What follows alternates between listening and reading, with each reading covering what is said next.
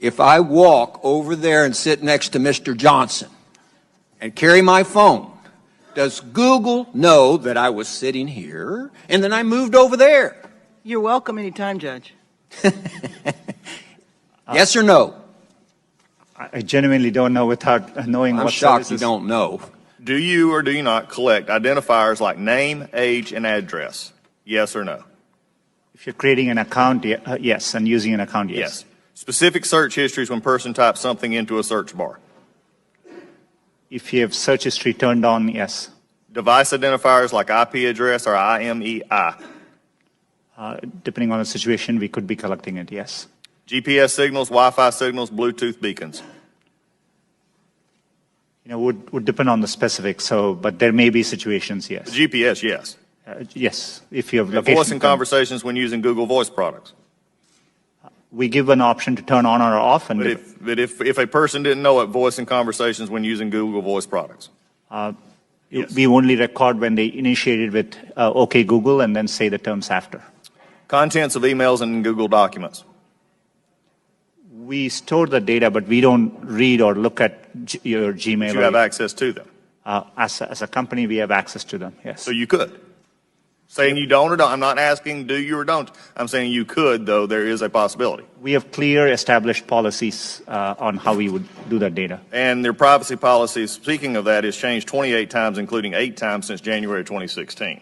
So I think the policies, and this is why I'm asking these questions. There are many things which we don't collect. For example, we don't collect, you could have a product like Google Home, we won't collect conversations unless you specifically ask us to. So you ask a question. And so we definitely are very careful and minimize the data we need to provide the service back to our users.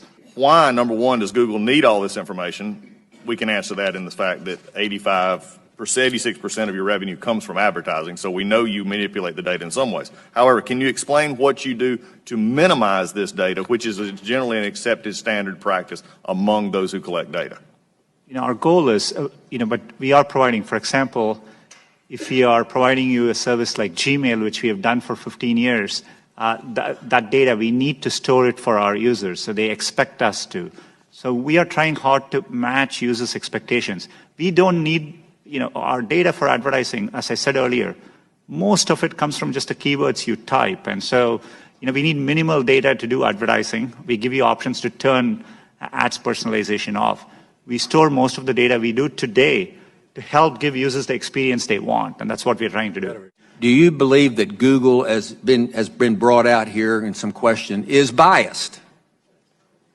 Congressman, it's really important to me that we approach our work in an unbiased way. Do you believe that Google is biased? It's either yes or no. No, not in our approach. How do you explain this apparent bias on Google's part against conservative points of view, against conservative policies? Is it just the algorithm, or is there more happening there? Congressman, I understand the frustration at seeing negative news, and I see it on me. On Google, there are times you can search on Google, and page after page there's negative news which we reflect.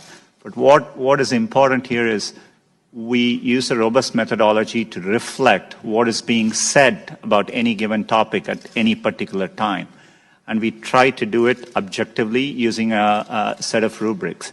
It is in our interest to make sure we reflect what's happening out there in the best objective manner possible.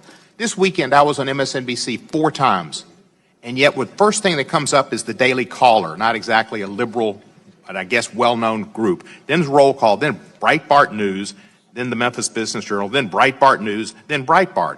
So it looks like you are overly using conservative news organizations on your news. And I'd like you to look into overuse of conservative news organizations to put on liberal people's news on Google. And if you'd let me know about that, I'd appreciate it. We do get concerns across both sides of the aisle. I can assure you we do this in a neutral way.